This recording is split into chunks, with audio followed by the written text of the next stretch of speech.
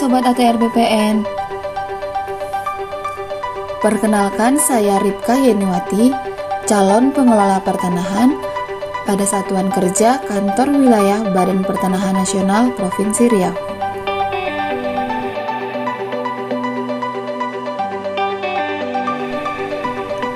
Pada kesempatan kali ini, di tugas individu 2, agenda yang kedua akan membahas komitmen mutu dan anti korupsi.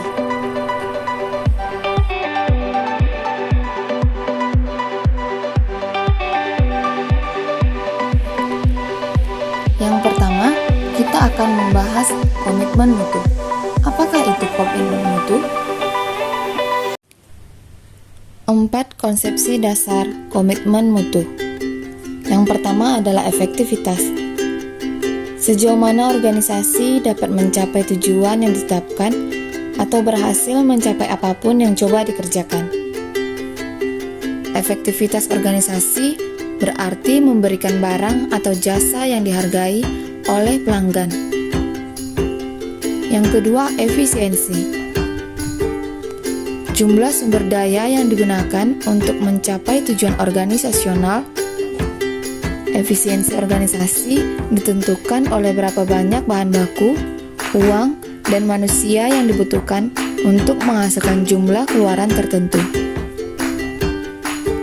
Efisiensi dapat dihitung sebagai jumlah sumber daya yang digunakan untuk menghasilkan barang atau jasa. Yang ketiga, inovasi. Cara utama di mana suatu organisasi beradaptasi terhadap perubahan-perubahan di pasar, teknologi, dan persaingan. Yang keempat, mutu. Apapun yang menjadi kebutuhan dan keinginan konsumen. Nihil cacat, kesempurnaan dan kesesuaian terhadap persyaratan.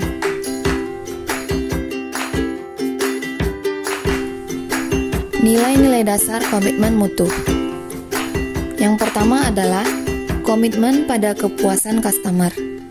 Yang kedua, cepat, tepat, dan ramah. Ketiga, melayani dengan hati. Keempat, melindungi dan mengayomi. Dan yang terakhir adalah perbaikan berkelanjutan.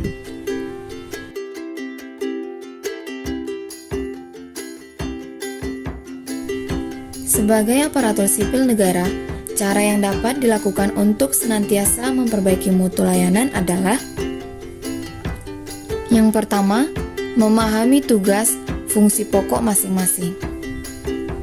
Yang kedua, memiliki target pekerjaan untuk meningkatkan mutu layanan. Ketiga, bersedia menerima kritik demi perbaikan layanan yang lebih baik.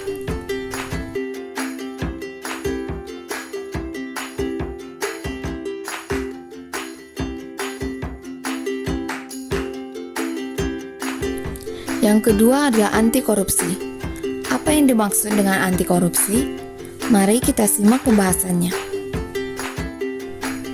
Anti korupsi menurut Indrayanto Senoaji, berdasarkan pemahaman dan dimensi baru mengenai kejahatan yang memiliki konteks pembangunan, pengertian korupsi tidak lagi diasosiasikan dengan penggelapan keuangan negara saja. Tindakan penyuapan dan penerimaan komisi secara tidak sah juga dinilai sebagai sebuah kejahatan. Kesadaran anti korupsi akan mencapai puncak tertinggi jika menyentuh spiritual accountability atau tanggung jawab agama.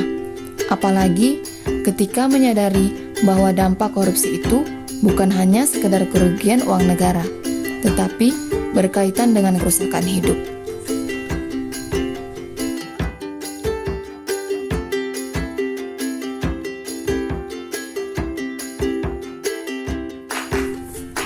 Identifikasi nilai-nilai dasar anti korupsi. Yang pertama, kejujuran. Tindakan maupun ucapan yang lurus, tidak berbohong dan tidak berbuat curang. Yang kedua, kepedulian. Memperhatikan atau mengindahkan atau menghiraukan. Yang ketiga, mandiri. Tidak bergantung pada orang lain. Yang keempat, disiplin. Taat pada aturan-aturan yang telah ditetapkan. Yang kelima, tanggung jawab. Keadaan seseorang di mana harus dan wajib melakukan suatu perbuatan atau tindakan. Keenam, kerja keras. Kemauan dan tekad dalam bekerja. Yang ketujuh, sederhana. Merasa cukup atau bersyukur dengan apa yang ada dan tidak berlebihan. Kedelapan, berani membela dan mengatakan kebenaran. Yang kesembilan, adil, tidak memihak dan tidak berat sebelah. Sistem-sistem khusus untuk pengendalian korupsi dan standar etika antara lain post-employment, integrity checking, pengungkapan isu integritas, pengendalian gratifikasi, pelaporan harta kekayaan, analisis risiko terhadap integritas, revitalisasi kode etik dan pedoman perilaku, seleksi dan keteladanan pimpinan puncak, dan evaluasi eksternal integritas. Sebagai calon aparatur sipil negara, sebaiknya kita dapat bertindak aktif menolak segala bentuk tindak korupsi dengan menerapkan whistleblowing system. Whistleblowing system adalah suatu sistem yang diupayakan agar pihak internal suatu lembaga dapat melaporkan terjadinya pelanggaran atau penyimpangan dalam internal lembaga yang berkaitan dengan tindak pidana korupsi, kolusi, nepotisme, serta penyalahgunaan wewenang.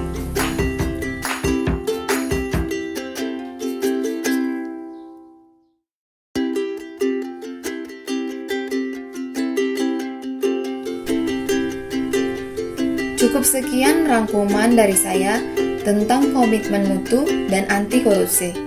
Akhir kata, saya ucapkan terima kasih.